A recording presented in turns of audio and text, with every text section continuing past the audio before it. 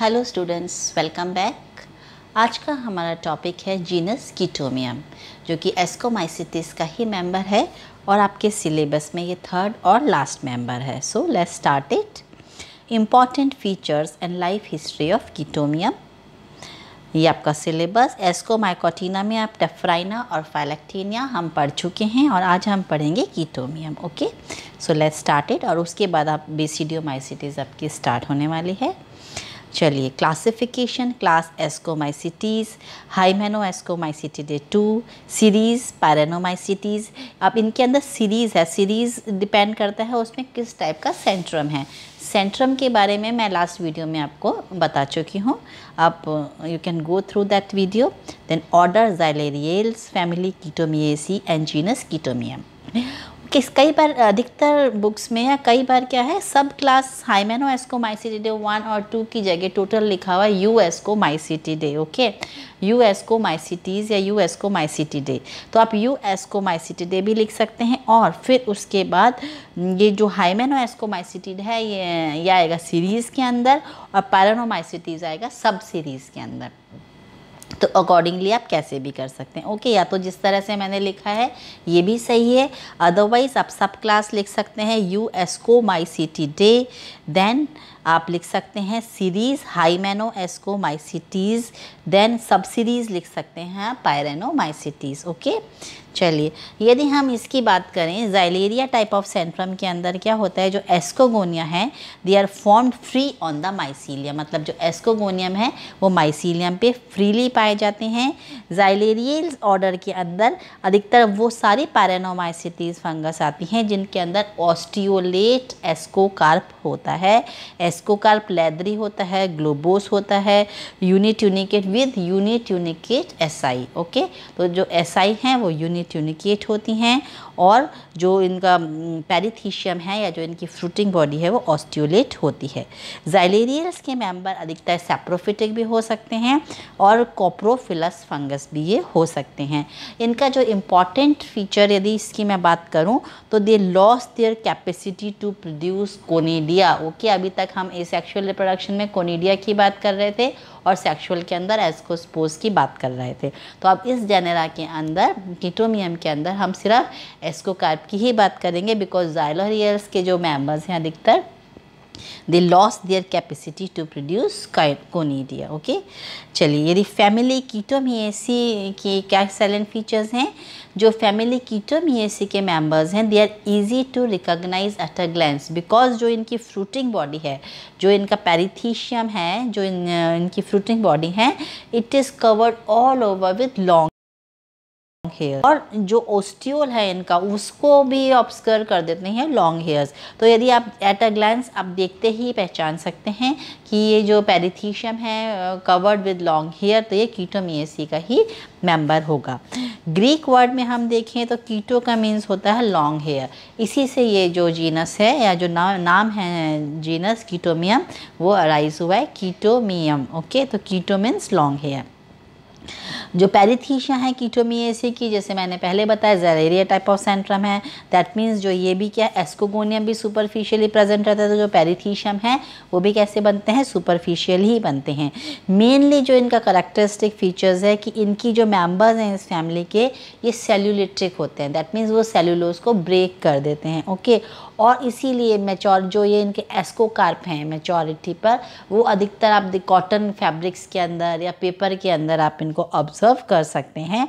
और ये जो डिजीज़ फैलाते हैं वो कहलाती है क्लॉथ मिल्ड्यू डिजीज़, और इनकी सेलुलेटिक नेचर होती है, इस तरह से ये उसको क्या करते हैं, डिके कर देते हैं पेपर और क्लॉथ को, और क्लॉथ मिल्ड्यू डिजीज़ फैलाते हैं। ओके, इसके अलावा ये स्ट्रॉ है या जो कुछ डांग पार्टिक जो, क्योंकि कॉप्रोफिलस भी फंगस होती है वहाँ पर भी ये पाए जाते हैं, जो मतलब मोस्ट कॉमनली ये पाए जाते हैं। जो पेरिथीशिया जैसा पेरिथीशियम इनकी फ्रूटिंग बॉडी होती है, ट्रू एस्टियोल प्रेजेंट रहता है, 8 एस्कोस्पोर्स जो इनके जब एसआई बनते हैं तो उनके अंदर 8 एस्कोस्पोर्स प्रेजेंट रहते हैं। यदि डेवलपमेंट ऑफ एस्कोकार्प के बारे में हम बात करें तो क्या डिफरेंस है, मैंने आपको पहले भी बताया था कि जो मेन चीज़ है वो सब सेम रहती है। एस्कोगोनियम है, एंथ्रीडियम है, एस्कोजिनस हाइफेबन है, ascus mother Selan, all that. पर क्या डिफरेंस है इसके अंदर कि इसके अंदर जो फंक्शनल एंथ्रीडियम नहीं पाया जाता है। ओके, तो antheridium is present but it is not functional. जब जो एस्को कार्प बनने के जो प्रोसेस के अंदर जो दो एस्कोगोनियम की ही जो दो न्यूक्लियाई हैं वो आपस में पेयर करती हैं, और उसी तरह से फिर later on same process follow होता है। दो बाई मतलब डाइकैरियोटिक कंडीशन हो गई, फिर एस्कोजिनस हाइफे बने, एस्कस मदर सेल बनी, और फिर उससे क्या होएगा, मतलब कैरियोगैमी हुई, मियोसिस हुआ, और एसआई बन जाती हैं, और 8 एस्कोस्पोर्स बनते हैं। इनके पैरिथीशिया में एसआई के बीच बीच में पैराफाइसिस पाए जाते हैं। पैरासाइस क्या है, स्टेराइल थ्रेड लाइक स्ट्रक्चर्स होते हैं जो कि एसआई के बीच बीच के अंदर वो पाए जाते हैं। यदि हम जो पिक्चर्स देखेंगे, जो क्लिपिंग्स देखेंगे, उनके अंदर आपको क्लियर हो जाएगा। ओके, चलिए कुछ और जो इनकी थ्योरेटिकल चीज़ें मैंने नेट से सर्च की हैं, बिकॉज बुक में आपके ये है नहीं, तो कुछ जो भी मुझे अकाउंट मिला है वो मैंने आपको एक्सप्लेन कर दिया है, और कुछ जो उसके कटिंग्स हैं, मतलब कुछ जो मैंने स्लाइड्स बनाई हैं वो मैं आपके साथ शेयर कर लेती हूँ। तो Chaetomium is a genus of fungi in the Chaetomiaceae family. It is a dematiaceous, that is dark walled mould होता है, डार्क कलर की इसकी वॉल होती है, और जनरली ये सॉइल, एयर, सेलुलोस और प्लांट डेब्रिस पे मिलता है, जैसे जो कि मैं आपको ऑलरेडी एक्सप्लेन कर चुकी हूँ।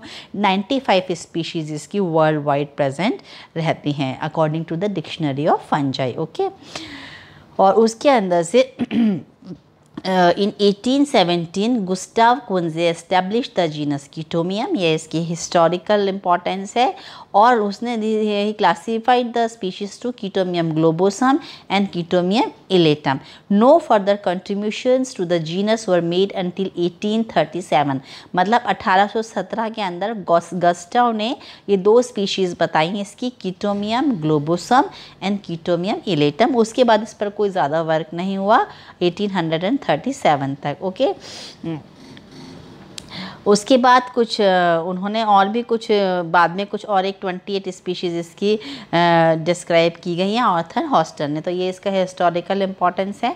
Members of this genus typically have superficial ostiolar perithecia that I have explain you, covered with hairs. पूरा का पूरा जो इसका पैरिथीशियम है वो हेयर से कवर्ड रहता है। ये सुपरफिशियली प्रेजेंट रहते हैं, जो कि एक टिपिकल फीचर है ज़ाइलेरिया टाइप ऑफ सेंट्रम का। Asci are often clavate and evanescent bearing 8 ascospores. तो 8 एस्कोस्पोर्स इसके अंदर प्रेजेंट रहते हैं। एस्कोस्पोर्स कैसे होते हैं, लेमन शेप्ड होते हैं, कॉमनली कलर्ड ऑलिव ब्राउन होते हैं। Mycelia often grows in conglomerate masses that resembles the ropes, मतलब रोप जो रस्सी होती है उसकी जैसे, मतलब आपस में इंटरमिंगल्ड विद ईच अदर ये प्रेजेंट रहते हैं। उसे हम कहते हैं कॉन्ग्लोमरेट, मतलब गुथे हुए रहते हैं जो कि रोप्स की जैसे नज़र आते हैं। Chaetomium globosum is a well known mesophilic member of the mould family Chaetomiaceae. It is a saprophytic fungus, okay, that I have already explained. Primarily it resides on plants, soil, straw, dung पे पाया जाता है ये, तभी कुछ तो मतलब that means या तो ये saprophytic होते हैं या coprophilous हो सकते हैं. Endophytic Chaetomium globosum assist in the cellulose decomposition of plant cells because इनकी क्या है, cellulitic activity है that I have explained. They are found in habitats ranging from forest plants to mountain soils across various biomes, मतलब बहुत world wide range के अंदर पाए जाते हैं। ये वुडन प्रोडक्ट्स में भी या कई बार जो लकड़ी है उस पर भी, ये लॉग्स पर भी ये प्रेजेंट रहते हैं। ओके, जो as well as they being a contaminant, Chaetomium species are also encountered as causative agents of infection in humans, मतलब ये कुछ जो एलर्जिक रिएक्शंस हैं या कुछ ह्यूमंस के अंदर भी ये कुछ डिजीजेस कॉज करती हैं, like allergic reactions, type 1 allergic reactions and infection. ये Chaetomium arboretum, Chaetomium atrobrunneum have been reported for this type 1 allergic reaction in humans. Okay, तो ये कुछ जो इसकी स्पीशीज़ हैं वो ह्यूमन के अंदर भी इन्फेक्शन कॉज करती हैं। ये कुछ इसका अकाउंट है कि किस तरह से सेलुलोस एक्टिविटी होती है, आप इसको पढ़ सकते हैं आराम से।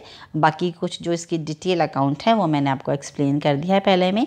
हम आप पिक्चर्स की बात कर लेते हैं जो कि मैंने अलग अलग मतलब नेट से कुछ अलग अलग उस जगह से उठाई हैं उनको, जिससे कि आपको क्लियर हो सके विज़न। ये देखिए, fruiting bodies of Chaetomium covered with long hairs, तो ये इसका पेरिथीशियम है। और आप देख सकते हैं कि जैसे ये किस तरह से मतलब बिल्कुल इतने लंबे लंबे हेयर्स हैं। इसका माइक्रोस्कोपिक व्यू है, पर इस तरह से यदि हम इसको वैसे देखें तो ऐसे लग रहा है जैसे कि किसी का सर हो और उसके बाल हों। हाँ, तो इस तरह से ये इसका कैरेक्टरिस्टिक फीचर है, long hair on the perithecium. Okay, अब ये कीटोमियम का एक स्केच है। ये अपेंडेजेस मतलब इसके लॉन्ग हेयर्स हैं, और ये आप देख सकते हैं पेरिथीशियम, और ये नेक बना हुआ है पूरा ऊपर, मतलब ऑस्टियोल इसकी प्रेजेंट है। ये इसका एलस ऑफ पेरिथीशियम है, एस्कोस्पोज विंड से बाहर निकल रहे हैं, एसआई है, पेरिथीशियल वॉल है। ओके, तो इस तरह से आपको पिक्चर ड्रॉ करनी है। ये अगेन इसका माइक्रोस्कोपिक व्यू है पेरिथीशियम का ही। चलिए, ये है एस्कोमा एंड एस्कोस्पोज, आप देख सकते हैं। ये एस्को इसका यदि एलएस काटा जाए तो ये लेमन शेप्ड एस्कोस्पोज हैं। फिर ये इसके अंदर पैराफाइसिस भी आपको बनाने हैं और ये हेयर्स बनाने हैं, और ये पेरिथीशियम है। ये वाला पिक्चर देखिए, पेरिथीशियम वॉल है, ये ओस्टियोल है। इस पिक्चर में आपको क्लियर हो जाएगा, स्पोर्स हैं एस्कोस्पोज के अंदर, बीच बीच में ये पैराफाइसिस हैं, पेरिथीशियम वॉल है, और ये पूरा जो है इसका ये थैलस मतलब ये हाइफल माइसीलियम है, नीचे अंदर स्ट्रोमा है। ओके, तो ये पूरा पेरिथीशियम का इसका पिक्चर है। बाकी लाइफ साइकिल उसकी जैसे आपने पढ़ी है वैसे ही है, बस आपको उसके अंदर ये लिखना है कि एंथीरियम फंक्शनल, पहले दो फीचर्स, एक तो they have no capacity to produce conidia, ये इसका एक्सेलेंट फीचर है। सेकंड, इसके अंदर एंथीरियल फंक्शनल नहीं होता है, जो दो न्यूक्लियस हैं जिनमें पेयरिंग होती है वो दोनों ही एस्कोगोनियम से ही ओरिजिनेट होते हैं, और उसका एंथीरियम का इसमें कोई रोल नहीं है। तो ये कुछ डिफरेंसेस है, बाकी जो का प्रोसेस है वो सेम ही रहता है। Okay, so thank you so much.